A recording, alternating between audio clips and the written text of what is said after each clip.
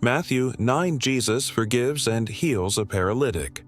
So he got into a boat, crossed over, and came to his own city. Then behold, they brought to him a paralytic lying on a bed. When Jesus saw their faith, he said to the paralytic, "Son, be of good cheer, your sins are forgiven you." And at once some of the scribes said within themselves, "This man blasphemes." But Jesus, knowing their thoughts, said, "Why do you think evil in your hearts? For which is easier, to say, 'Your sins are forgiven you,' or to say, 'Arise and walk'? But that you may know that the Son of Man has power on earth to forgive sins." Then he said to the paralytic, "Arise, take up your bed, and go to your house." And he arose and departed to his house. Now, when the multitude saw it, they marveled and glorified God, who had given such power to men. Matthew, the tax collector, as Jesus passed on from there, he saw a man named Matthew sitting at the tax office, and he said to him, "Follow me." So he arose and followed him. Now it happened, as Jesus sat at the table in the house, that behold, many tax collectors and sinners came and sat down with him and his disciples. And when the Pharisees saw it, they said to his disciples, "Why, does your teacher eat with tax collectors and sinners?" When Jesus heard that, he said to them, "Those who are well have no need of a physician, but those who are sick. But go and learn what this means. I desire mercy and not sacrifice. For I did not come to call the righteous, but sinners to repentance." Jesus is questioned about fasting.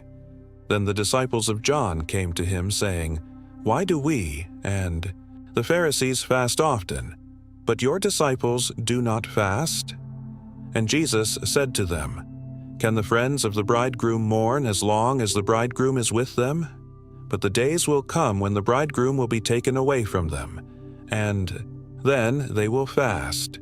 No one puts a piece of unshrunk cloth on an old garment, for the patch pulls away from the garment, and the tear is made worse. Nor do they put new wine into old wineskins, or else the wineskins break. The wine is spilled, and the wineskins are ruined. But they put new wine into new wineskins, and both are preserved."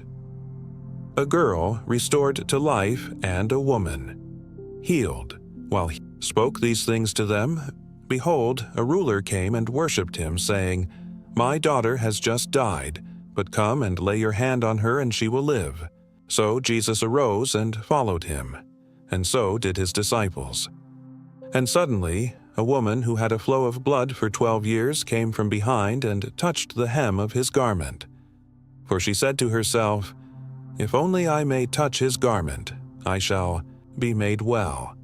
But Jesus turned around, and when he saw her, he said, "Be of good cheer, daughter. Your faith has made you well." And the woman was made well from that hour.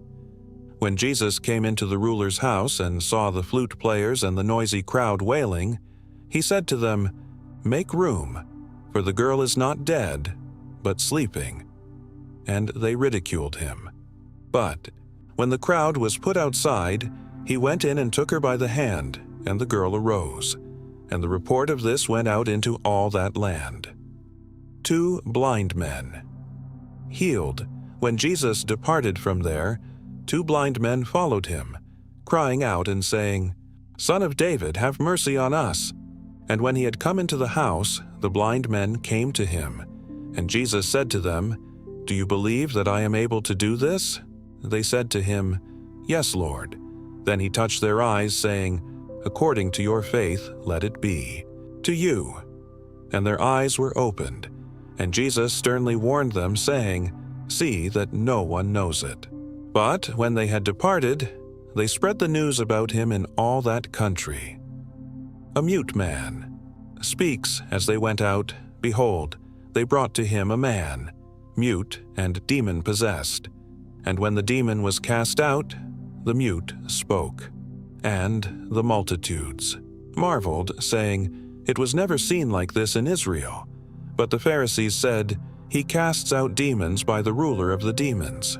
The compassion of Jesus. Then Jesus went about all the cities and villages, teaching in their synagogues, preaching the gospel of the kingdom, and healing every sickness and every disease among the people. But when he saw the multitudes, he was moved with compassion for them, because they were weary and scattered, like sheep having no shepherd. Then he said to his disciples, "The harvest truly is plentiful, but the laborers are few. Therefore pray the Lord of the harvest to send out laborers into his harvest."